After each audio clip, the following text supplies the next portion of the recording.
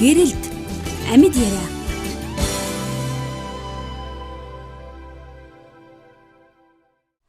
Үзэгчтэнд гэрэл нэвтрүүлгийн шинэ дугаарыг хүргэж байна. Танд энэ өдрийн мэнд хүргэе. Өнөөдөр бид нар хамтдаа ямар ч бидний зөвсгөлд ертөнцийн эзний хэлсэн үгнүүд бид нарт үргэлж гэрэл болж идэг тийм ээ. Тэгэхээр бид нар өнөөдөр өв залгамжлалын тухай тэгээ өр хөвгтөө үлдээх өвийн тухай ярихаар зочин маань өнөөдөр ирчээд байна л да тий. Бидний урилгыг хүлээж авсан танд баярлалаа. Баярлалаа. Маш баярлалаа. Тэгэхээр ер нь бол хүний амьдралын нэг том зорилго. Ер нь бол хүний амьдралын хамгийн ганц л баг зорилго нь үр хөвгттэй болоод тэгээ тэр үр удмаа үлдээх. Тэгээ үр удамдаа юм үлдээх. Үр удмаа өөрийг үлдээх бас үр удамдаа юм үлдээх те юм зорилго. Гэтэ ингээ анзаархлаар за гэр бүл болоод нэг 3 жилээс дээш хугацаанд ч юм уу яг ингэж бодчих. Ийм бодол сууж эхэлдэг баха тий. Үр хөвгт гэдэг бол бидний тий ийм зорилго одоо амьдралын ийм утга учир юм байна гэдэг мэдэрч эхэлдэг бах тийм үү. Тэрнээс биш анх суухтаа ч юм уу миний зорилго бол гэж би л анхтыг сууж байгаагүй. Тий. Яг монголчууд ч өөрсдөө уламжлалтай их хайртай тий өнгөрсөн түүхээрээ бас их бахархдаг үндэстэй шүү дээ. Тэр утгаараа бас нөгөө яг монголчуудын нэг өв гэхээр мөнгө гэхээс илүү бас нэг ёс тэгэл нэг уламжлалт түүх тэгэл энэ зүйлээ уламжлуулахаа маш их өөрчлөлт болгодог. За бас нэг нэлээд их санаагийн зовоод байгаа сүүлийн 20 дугаар зууны санаа зовлт их өв хөрөнгө үлдэх материалын тал руугаа ирээдүйд цаг хэцүү болно те одоо хүүхдүүдээ мүлдэхгүй болохгүй гэдэг. Тэгээд одоо ерөөсө хүн болгонтой үр хөвгтэй хүн болгонтой уулзахад ерөөсө амьдралын ганц зорилго нь за нэг юм хийж хэдэн жил ийм ажил хийсэх нэг үр хөвгтөө нэг юмтай болгочих гэх тийм үр хөвгтөө нэг байртай болгочих гэл ингээл одоо ер нь амнаас нь л гарахаар л үг нь л дандаа л тийм байгаа даа нэг байртай машинтай эсвэл тэ болгочих сонирхолтой. Гэхдээ бас тэр болгон энэ чадал нас хүрэхгүй байгаа учраас энэ нас өөрт нь сэтгэлийн дарамт ч юм уу зовлон болоод ахчихлаа л дээ тийм байнгын бодол бас тийм тэгээд энд хүрэхийн тулд те мөр бүтээн ер нь хүүхдтэй эд хөрөнгө үлдээх юм хэрж зэрэг чухал юм бэ энэ яг үнэхээр хүний зөв бодол юм уу тийм хүний үүрэх ёстой хариуцлага мөн ч юм уу биш ч юм. Ер нь бол яг нэг хоёр эдийн засгийн ярьж ин л да. Монголын Японы. Монголын эдийн засгийн мэдээ залуу. Тэгээ яг Монголын эдийн засгийн тухай ярихдаа бол манайх бол ирээдүйдээ одоо тэ 70 орчим хувийн бараг 30-аас 30 орчим насны залуучууд эздэг. Тийм учраас манай улсын эдийн засаг бол ирээдүйдээ өснө гэл ингээ ярьсан чинь Японы эдийн засагч настаа хэлж ин л да. За мэдээж сайн шүү тэ залуу байна гэдэг ч юм бол даваа тал мөн. Гэхдээ бас нэг сул талтай. Юу гэхээр залуу хүмүүс чинь яг их орон улс нэгэн орны хөдөлгөөний ажиллах цаг үе болоод ирэхээр яг тэр насн дээр ирэхээр гэр бүлээ байгуулах гал тэгээ үр хөвгттэй болох гол тэгээ бас нэг байр майртай болчих гол ингээл ажиллаж эхэлдэг. Яг энэ насн дээрээ өвгүй байх гэдэг бол хөрөнгө өвлж аваагүй байх гэдэг бол улс орны хөгжил шууд муугаар үйлдэл юм байл та. Тэгээд яг хувь хүнд ч биш байна шүү дээ. Тэгэхээр нөгөө талаараа хөрөнгө өвлж авах гэдэг бас чухал байна. Тэгэхээр хэрвээ хин нэг хүн зүгээр нэг сонингийн одоо үйлдвэр аваасаа өвлж авсан байлаа гэх чинь би яаж талхны мөнгө олох вэ биш сонингийнхаа агуулгыг яаж сайжруулах вэ яаж илүү ашиг олох вэ тий хөгжүүл процесс шууд орчиж байгаа байхгүй. Тэгэхээр өвлж авах гэдэг бол улс нийгэм орны хөгжилд маш чухал. Тийм юм тий. Тэгэхээр одоо тэгвэл саяны ингээд Японы эдийн засгийн ярьснаар тэр энэ үйлдвэрийг яах вэ гэж бодхоос илүү яг Монгол дээр яриа л та тий. Монгол хүмүүсийн хувьд болохоор за энэ байр одоо жишээлбэл байр өвлүүлээ л гэж бодъё л та. Гэхдээ л за энэ байрыг нэг айтайхаа шиг авч яваад өөрийнхөө хүүхдүүдэд дараа нь дахиад 2 хүүхэдтэй бол 2 байр ч юм уу яах вэ? Одоохондоо арай бас тийшээ орох болоог байгаа юм болоо бодлоо. Юу гэж бодож байна. Надад бол тийг санагдаад байгаа юм. Бас цаашдаа тийм том үйлдвэрийг авч явъя ч юм уу тий ингээд бизнес юм бэлэн юм авах нь амар тий бас нэг талаас. Яг нөгөө социализмоос дөнгөж гараад тэгээд арчлал эхлээд тэгэд бидний аав ээж нар чинь нөгөө хурааж чадаагүй шүү дээ. Яг тэгэхээр бүх юм улсын. Тэгээд ажиллаа хийгээл тэгээд улсаас байрын өгөөл цалингаараа амьдрал. Тийм учраас нөгөө бидний өмнөх үе хоёр ингээ өвгөө болчихж байгаа юм л та. Тэгээд яг нөгөө социализмоос шилжиж явжсэн бас учраас. Тийм учраас 20 дугаар зууны хямрал юу болж өөрсөн гэхээр ерөөсө одоо хүмүүс ухаарал яг энэ нэг үр хөвгттэй юм таа зүйл маш их хошуурж байна. Барууныхны соёл бол энэ дээр бас монголчуудынхаас өнөөгийн байдлаар их магадгүй Азийнхнаас өөр байх л та тий. Барууныхан бол хүүхдэд юм өвлүүлэхийн төлөө бол амьдрдаггүй. Ер нь бол мэдээж их мөнгө үлдэх юм бол хүүхд нь автоматар үлдэнэ л дээ тий. Гэхдээ тэр бол тэр хүний амьдралынх нь бол зорилго бол ерөөсөө огт баг биш. Тэгээд харин илүү яаж яадаг вэ хүүхдэд илүү нэг хүн бие даасан чадвартай, өөрийн гэсэн чадамжтай тий. Өөрийнх нь бий болгож бүтээсэн зүйлийг бүтээх чадвартай тийм хүүхдүүд бас өөрсдөө бүтээх чадвартай тийм хүүхдүүд болохоо бас илүү үзээд байдаг л та. Тийм яг л дээ үндэсний нөгөө хөгжил гэдэг чинь ингээл олон зуунаар яригдаж байна л да. Магадгүй Европч гэсэн нэг үед бас яг энэ мөнгнөөс болоод асуудал болж исэн бид түүхээс мэддэг шүү дээ. Тий. Мөнгнөөс болоод тий асар ирэл гараад тий. Тэгээ энэний нөгөө учир дутагдaltaй талын ус олж мэдсэний дараа энэ анхаарч эхэлсэн. Одоо ч гэсэн тэгээд өнөөдөр бидний ярих сэдв ч гэсэн бас энэ тал рүү чиглэх байх ч болж байна тий. Миний одоо сүүлийн үед маш их мэдэрч байгаа. Би ч одоо 5 хүүхэдтэй л дээ. Тэгээд за тэгэл 5 хүүхдэд өв үлдээ нэгдэг бол 5 хүүхэд байр үлдээгээл 5 машин үлдээгээл. Тийм нөгөө талаар аав хүний хувьд бас хариуцлага бай. Харин тэгтээ нэлээд өндөр. Харин тэгтээ би ч одоо нэг олон жил наслцсан настай хүн бас гэхдээ гэхдээ сүүлийн ингээл тэ 10 гаруй жилийн туршлагаас ингээд үзэхэд яг үнэндээ нөгөө ээж аваас өвлж авсан үеийг маш хурдан хугацаанд үрж дуусгаж байгааг бас харлаа л та. Нөгөө байр байсан байр байхгүй те мөнгө байсан мөнгө байхгүй. Гэтэл үнэндээ яг ингээд гэр бүлийн амьдралын өсөлттэй уруудж байгаа талуудыг харах юм бол бас мөнгнөөс бас болохгүй байна гэдэг бас анзаараад байна. Тийм ээ. Мөнгө бас асуудал шийдэж байхгүй те.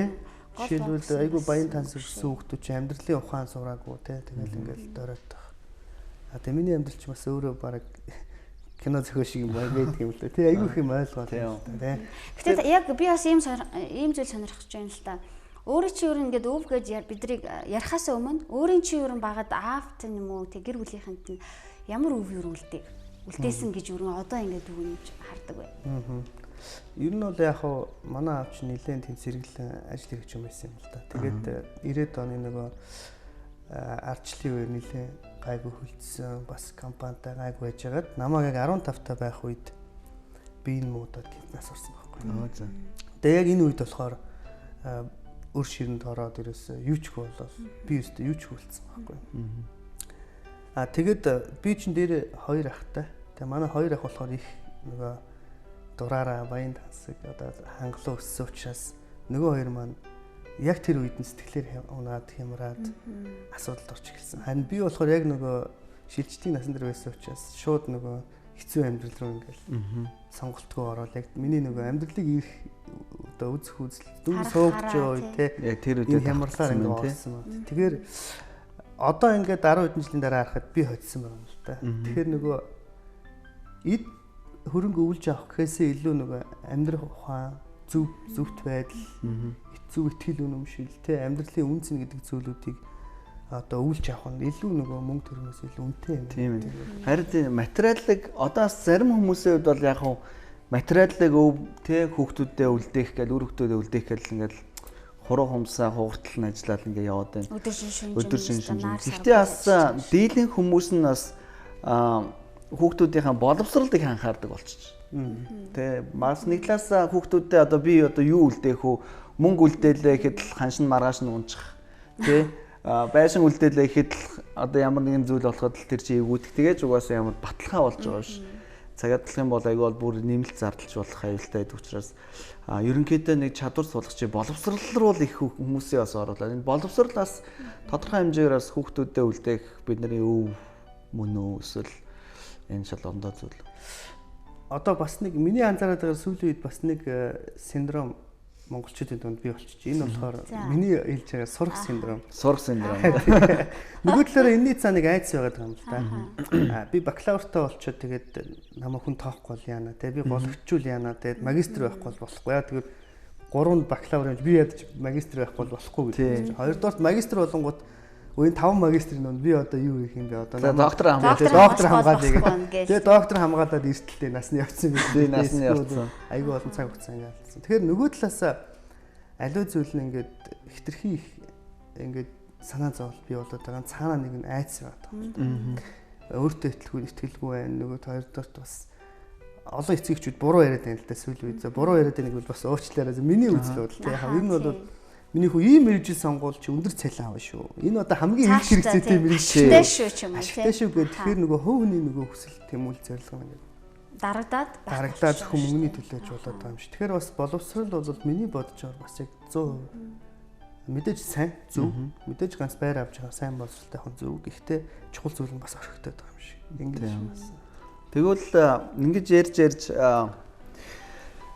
яг үр хүүхдтэй. За ядуу хүмүүсийн хувьд бол ядуух наашаа тийм боломжгүй хүмүүсийн хувьд бол за хүүхдэд эд хөрөнгө үлдээх бол үнэхээр боломж байна.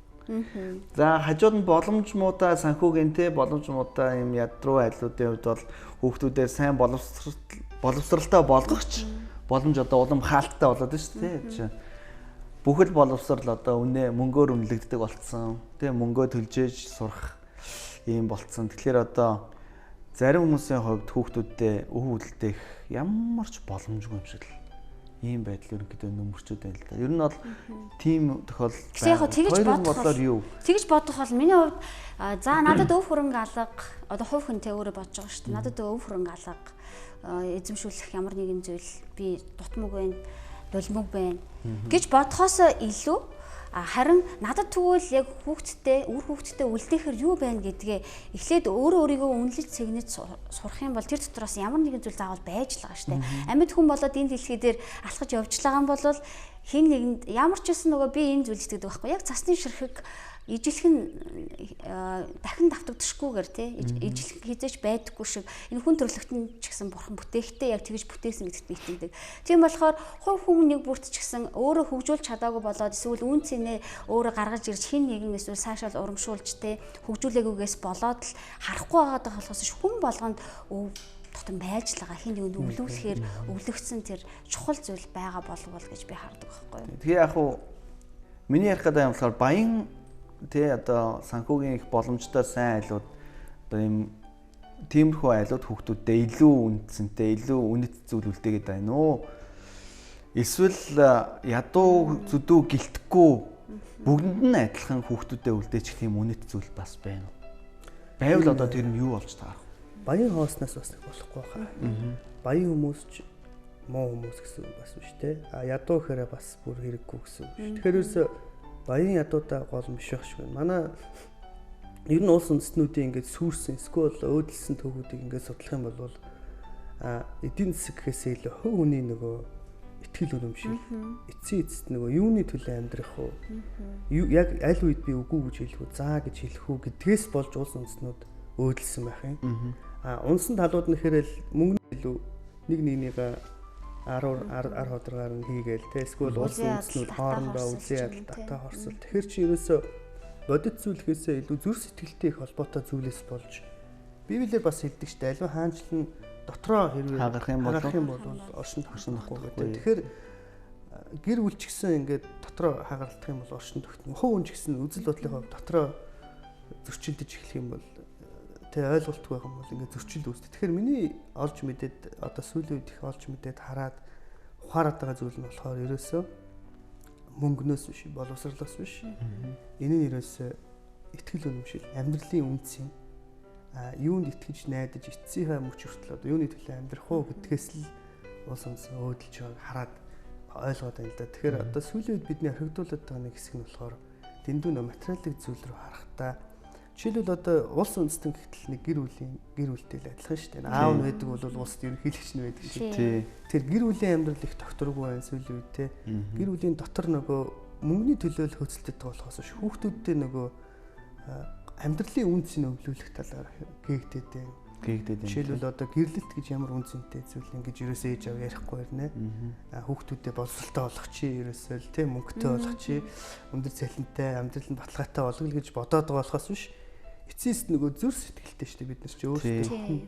Тэр эцэстийг энэ зүйл дээр л амьдрал энэчнээс эхлэх байгаа юм болоо. Тэгээ энэ зүйлийг сүүлийн үед дэндүү их нөгөө 20 дугаар зууны хурд одоо 21-р зуун хурдны зуун болчиход энэ хурд тэр төлөвшөлт цаг хугацаа хэрэгтэй тий. Тэгэхээр тэрийг нь амжихгүй хурдлаад байна л да тий. Хүн нөгөө бэлэн загсыг нөгснөөс нөгөө загас барих аргын зааж өгөө гэж нэг үг өгдөг штеп. Тэгвэл яг бид нар л нөгөө бэлэн загсыг бас нэг идүүлчих гээл бас дайраад байна уу да тий. Тэгэхээр яг аливаа өвийг үлдээх төрөөсөө зүгээр маягаар үлдээчихдэг байхгүй. байхгүй. Тэгээ өв гэдэг чинь ерөөсөө нэг хүний бүхэл бүтэн насаараа хураасан мөнгө төгрөг байж болно. Эсвэл бүхэл бүтэн амьдралынхаа туршид олж авсныг туршлага байж болно. Тий. Тэг миний хувьд болохоор би итгэж юм шүү дээ, тий. Тэгэхээр Библи дээрээс нэг үндсийг олж аваад жоох илчилж ойлгосон нэг зүйл нь юу гэхээр энэ бол хуучин гэрэн дээр гардаг. За. Хуучин гэрэн дээр төлөхгүй яг нөгөө материалын зүйл гэж яригддаг боловч Давид хааны нэг ярьсан хэсэг байдаг. Энэ болохоор Соломонд яг нөгөө хөксөрсөн хойно ингээд өв үлдээж байгаа байхгүй. За энэ захиасынхаа өмнө юу гэж хэлж байхаар за миний хөө чи хамгийн чухал зүйлээ захиж шүү дээ. Хүнчээд ингээд хөксөрөд нас өндөр болсон. Тэгээ ингэж захиж байгаа байхгүй. Шиштрийн дэд 28 өстэй гэж. За миний хөө аавынхаа үгийг сайн сонсчих. Одоо чам чухал зүйл хэлье. Юу гэхээр аавынхаа бурхан эзнийг таньж мэдээд тэгээ түнд бүх зүрх сэтгэл оюун ухаанаараа үйлчлээрэй. Тэгвэл тэр чамтай хамт байна гэж хэлж. Тэгээд дараа нь нөгөө ертөнцийн тухай бүх зүйлийн тухай ярьж байгаа. Эрх мэдлээ өгөх тухай ярьж байгаа. Тэгэхээр энэчээс би маш их юм ойлгож авсан. Бас амьдрал дээр ч юу тийм байсан. Хүүхдүүд нөгөө чи тамхи татчихуулахгүй шүү гэхэл аав тамхи татчихсан тий. Энд чинь биш. Тэгэхээр чи яг үнэндээ бол хүүхд маш их мөнгө өгүүлж авлаа гэхэд буцаад амьдрал дээр өвийг хэрэглэх одоо хөгжил хувь хүний төлөвшил нь яг л хөгжөөгүй хэвээрээ байх юм бол яг л буруу зарцуул тиймэл буруу тэр өвөнд бараг л өөрт нь эргээд баг гай болох тий. Эргээд өөрт нь одоо амьдралдаа буруу шийдвэр гаргах шалтгаан болох тийм аюултай юм л да. Буруу шийдвэр гэснээс нэрээ саяны ярьсан зүйлээс чиний ярьсан зүйлээс бодсон чинь би зүгээр гинт ингэ санагдлаа. Миний хувьд за би бол баян хүн бол ерөөсөө биш. Хүүхдтэй үлдээчгүй бүх хөрөнгө одоогоор цуглдсан ч юм алга. Тэгээ цаашдаа цуглах ч юм уу, гүйч юм уу мэдэх ч юм алга тий. Тодорхой хэмжээр бас тэрний төлөө ажиллахгүй яах вэ? Гэхдээ бас тэр найдах юм байхгүй. Гэхдээ миний хувьд хамгийн хүүхдүүдэд өгч чадах зүйл юу гэвэл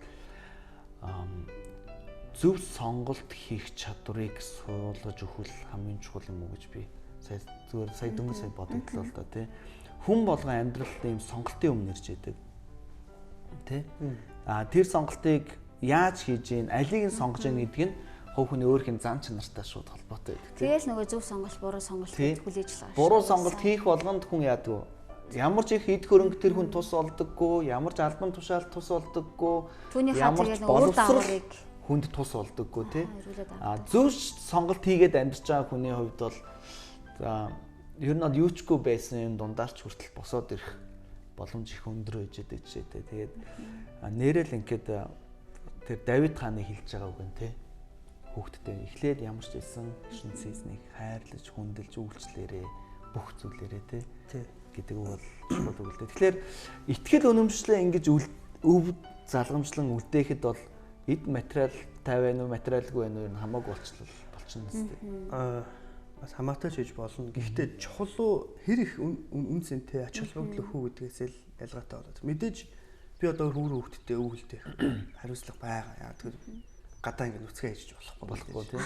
Мэдээж хараа үзэн бийж ээж тийм. Харин яг нөгөө үр хүүхдтэй яг зөв хүн болж үлдэх нь яг тэр зөв сонголт хийдэг. Тэгэл тэр доктортой гэр бүлтэй тэг зөв шудраг сайхан сэтгэлтэй хүн болж үлдээхэд нэг туйлын нэг үннийг олж мэдчихэж байгаа юм. Юу гэхээр бид энэ амьдралаа яг тэр зөв гэж байгаа зүйлийн төлөө өөрийгөө зориулаад жишээ болгоод амьдрал дуусгаас өөр арга байхгүй нэ. Тэрнээс ч зүгээр нэг сайн сургууль төгчөөл, сайн уншаад оруулчаал ингээл болчихсон. Ингээд орчоод байгаа байхгүй юу? Ингээд биш юм бэ тий. Одоо миний өвийг одоо хайшин би хүүхдтэй өгөх өвийг манай тэр багш тэр сургуулийн багш одоо өвлүүлнэ гэж байгаасаа л адилхан яг болчиход байгаа байхгүй юу? Энийг манай монголчууд мэдчихэд албаар ингээд байгаа юм шиг. Ихэнх нь бас мэдэхгүй байна.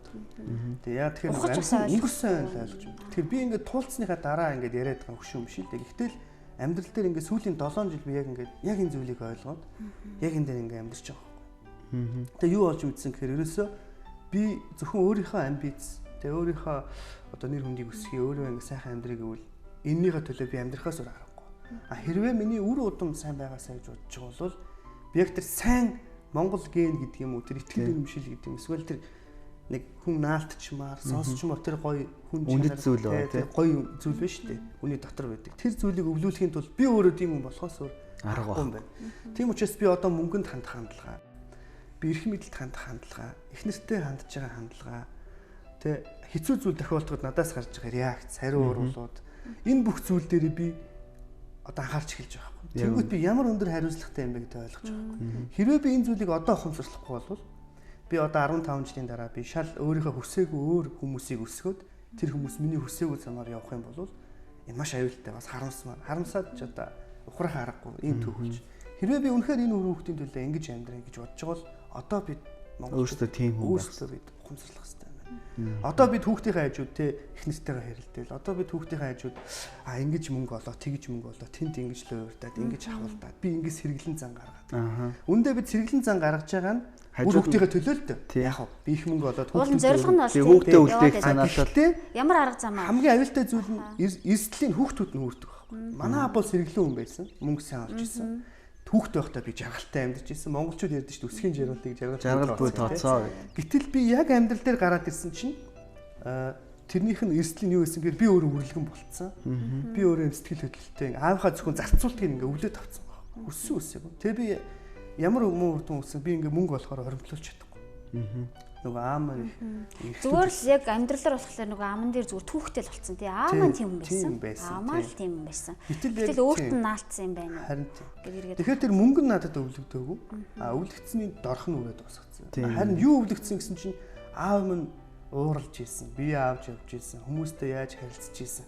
Бүх тэр зам байдал нөгөө хүн доторх нөгөө хүний чанар байна шүү дээ. Энэ зүйл нь бүгд өвлөгдсөн байна. Тэгээ би сүүлд нь их нэртэй ингэ ярьж ирчих гинт ааваа манай аавч ярьж байгаа юм шиг. Би ууралж байгаа нь баг аавтайгаа адилхан санагдаж.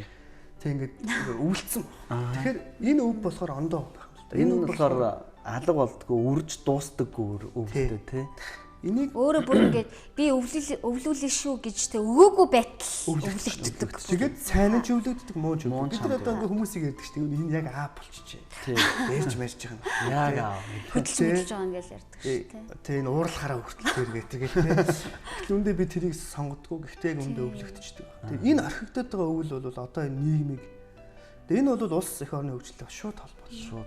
Яг тэр өндөр боловсролтой нэ дотор хүн төлөвшөөгүй байвал яаж энэ улс орныг удирдах нь тодорхой тийм. Гэр бүл докторгүй байна гэдэг чинь тэгэл айгүй том эрсдэл шүү дээ. Нэг зүйл зөөр сонирхмоор санагчлаа. Та ингээд ерөнхийдөө янз бүрийн олон хүмүүстэй ажилладаг тий. Энд тэнд очиж янз бүрийн хүмүүсийн янз бүрийн байдалтай хүмүүстэй уулзж идэг.